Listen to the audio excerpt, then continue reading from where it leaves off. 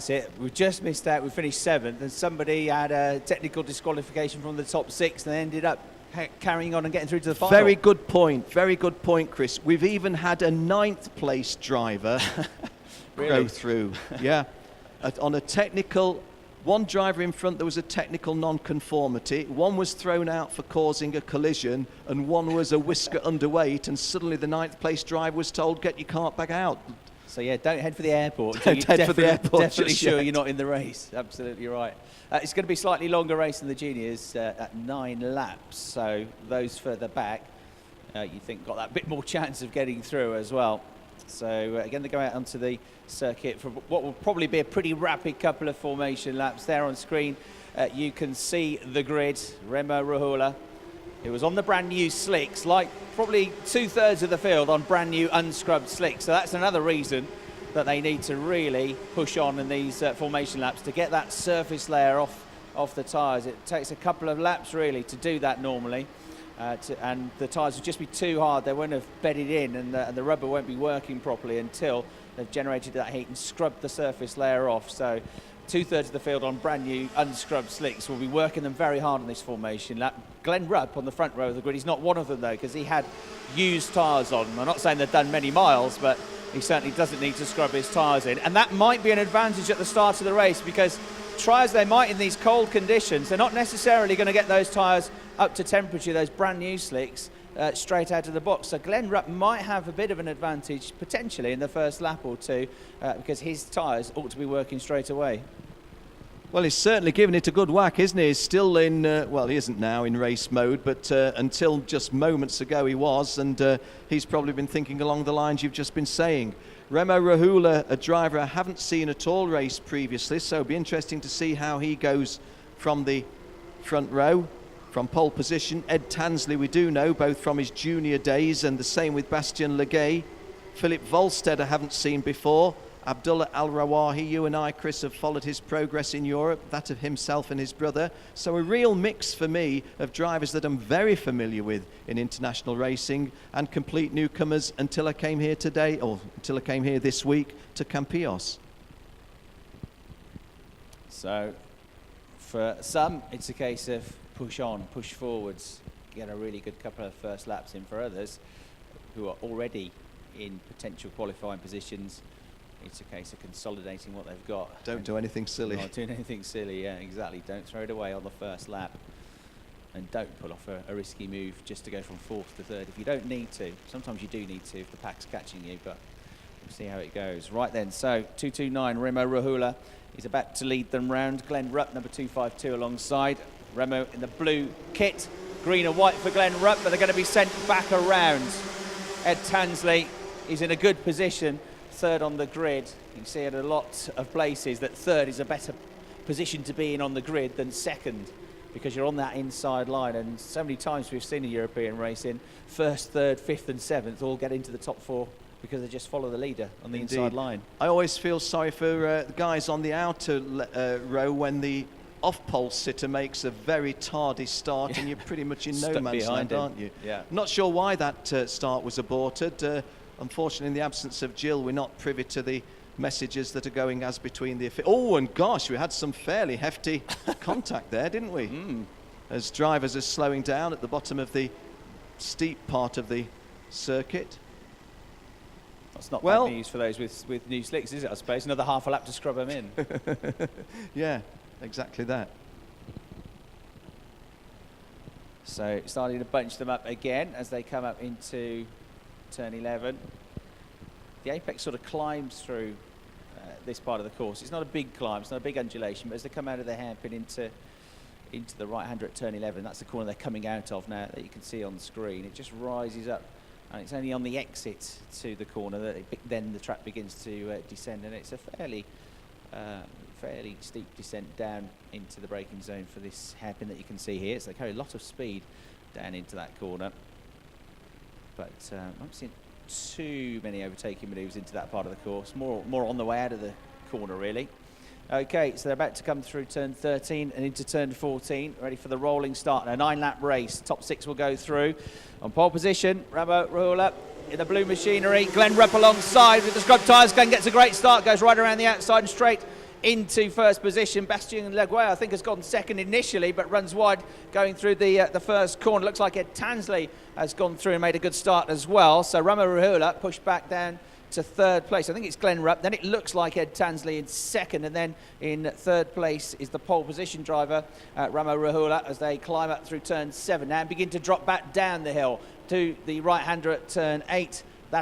There it is, and down into the left-hander at turn 9, the hairpin. Very quick downhill section into it. It's very hard on the brakes. Great section of track that. The race leader dips his head. He's made a terrific start to the race already. Through he goes. Ed Tansley is there in second, and yes, it is Raoul Hula running in third place. So through they go, up into the right-hander. 248, Philip Volsted's made a decent start as well. He's gone from 5th up into 4th place, and Jack Bartholomew, he's up into the top 6 already at the back of that group with the green helmet on. So Jack Bartholomew from 9th to 6th, side by side for second though, coming into turn 13. An attack here from the blues colours of Remo Ruhula, but he draws back around the outside and he can't quite get through, I don't think, through to second. In fact, he's dropped right back down the pack as they come through. What's happened to Ruhula through the final turn? He's going off. The pole sitter was squeezed out, I do believe, and did not emerge from turn 13 and 14. And that is an utter disaster for the pole sitter. Yeah, he's pulled off the circuit into retirement, so something's gone on that kart, I think. Rupp leads, Tansley second, Volstead third, Bartholomew fourth at the end of the first lap from 9th on the grid. Vincent Fraise has also made good progress here from 12th up to 5th for the French driver in kart 258, and Alessandro Trombelli at the moment in 6th place as they go on to the second lap of the race, and Bartholomew's up to 3rd position already as they come back in front of us, and onto the tail now of Ed Tansley, his fellow Brit, Ken. Yes, Jack Bartholomew doing just what we expected of him, but Ed Tansley glances over his shoulder, something of a glance with the inevitable, I think, because Ed Tansley not in a position to defend, and Jack Bartholomew easily taking his way forward into second place.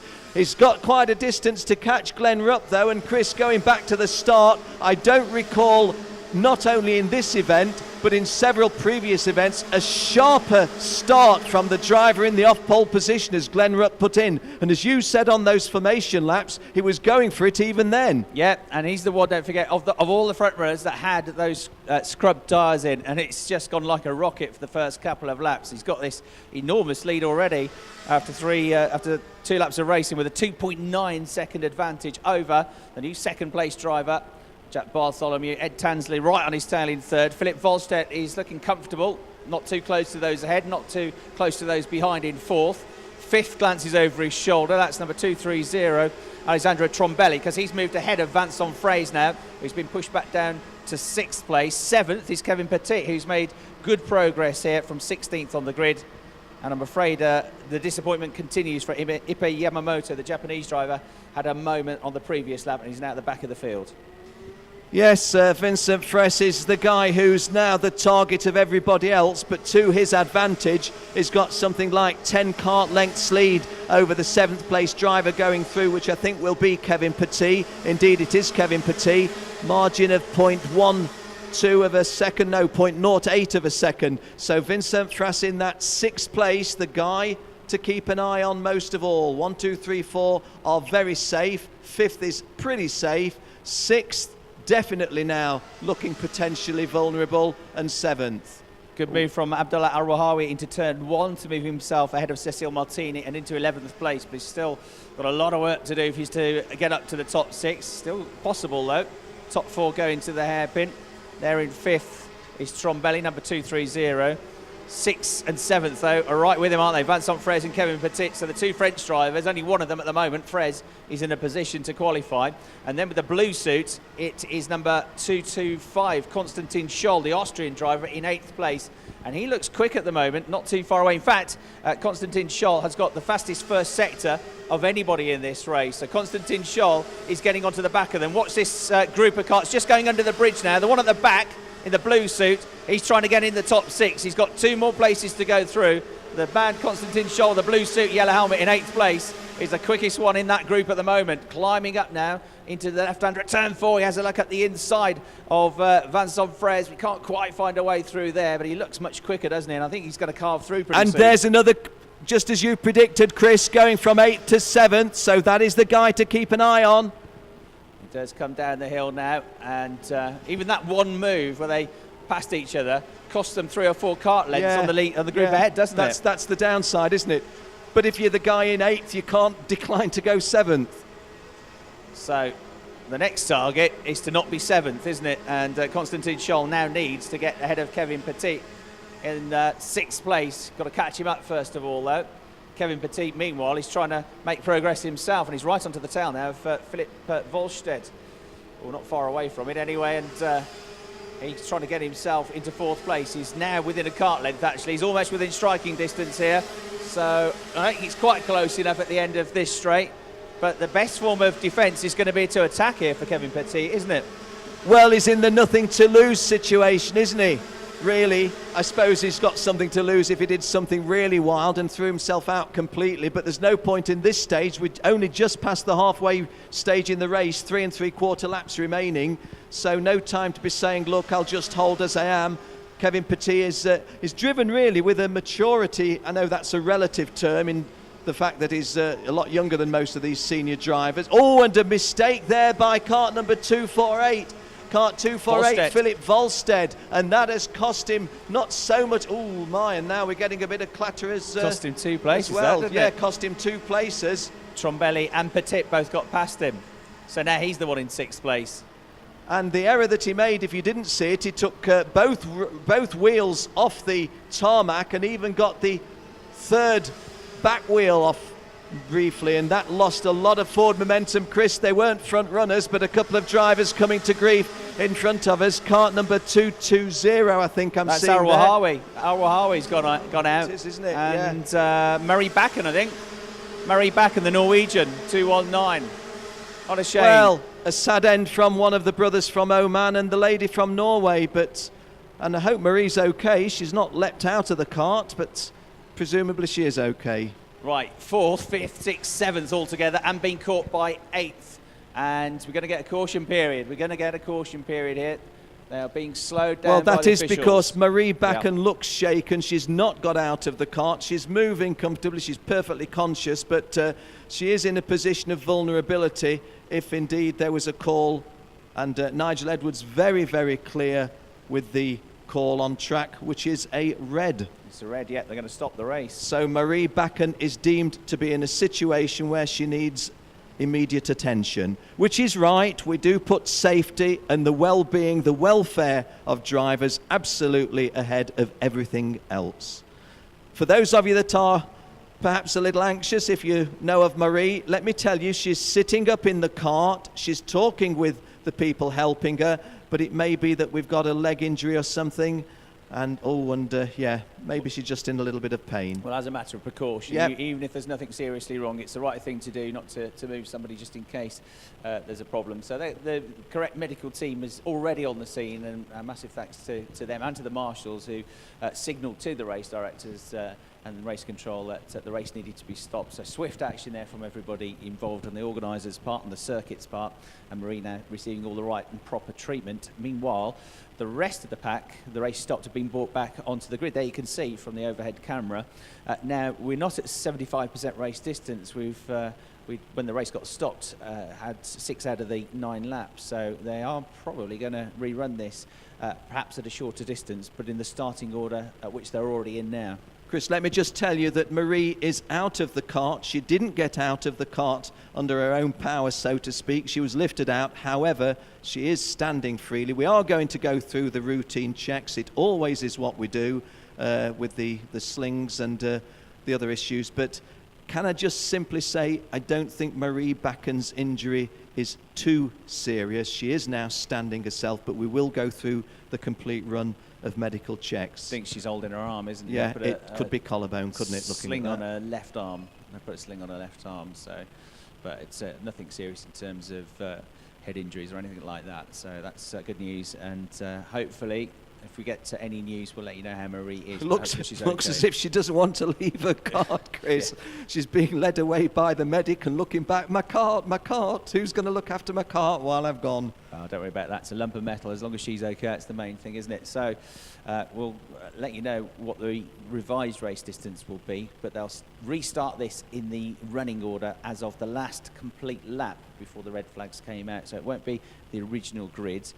Same result in terms of Glenn Rupp's going to be the one leading them round, though, because he had this massive lead.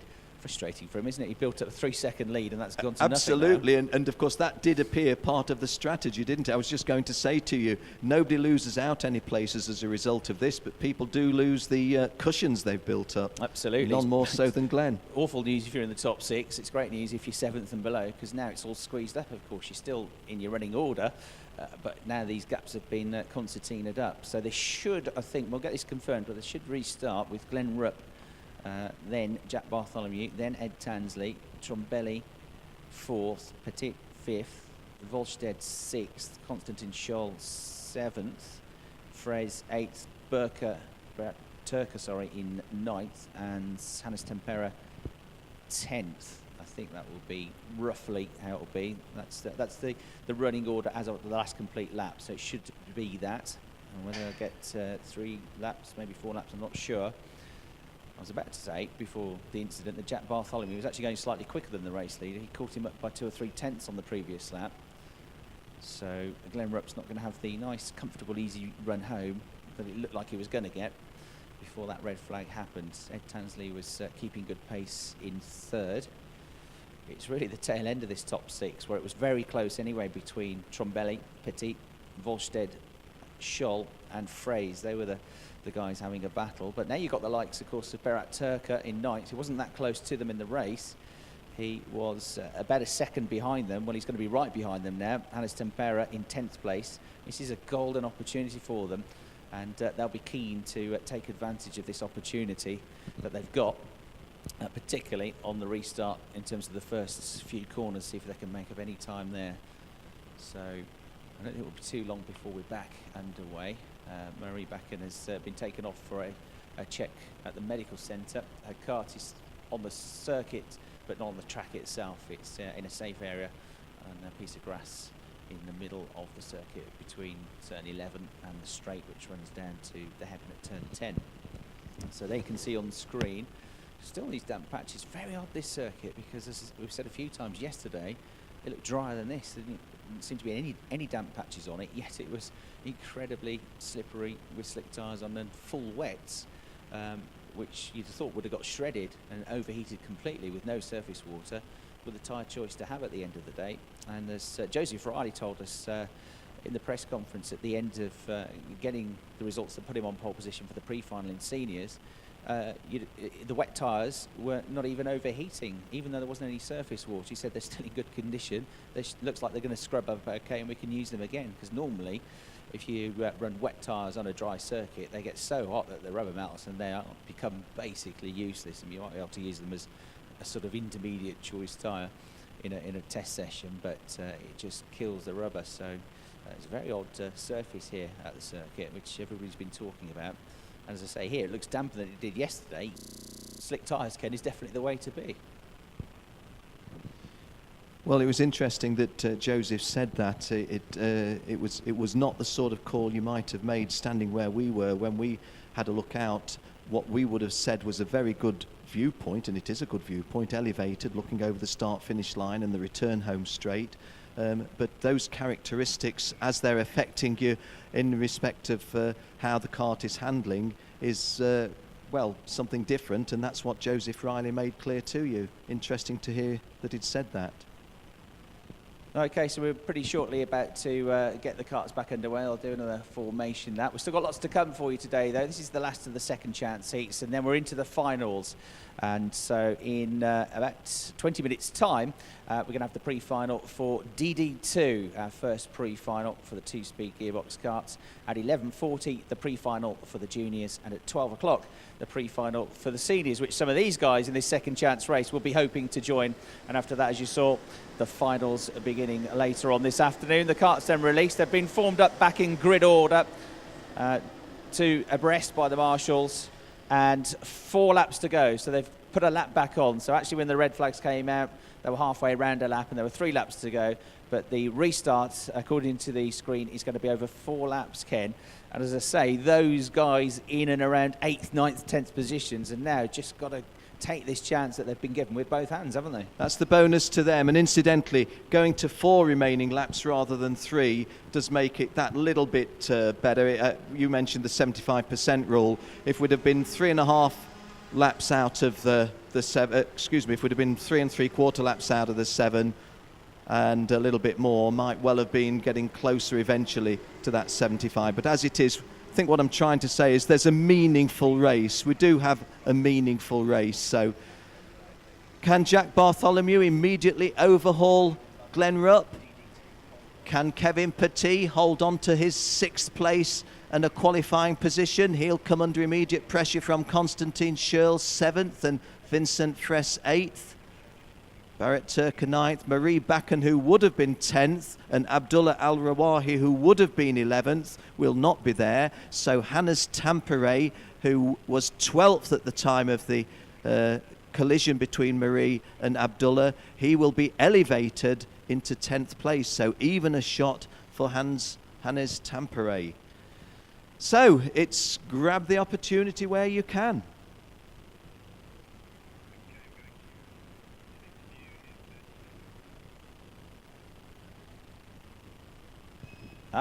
They've sent them off the circuit. So a delay. Looked like from the screen there was going to be a restart at 4 laps, but they've been sent off the circuit. So a break from the track action.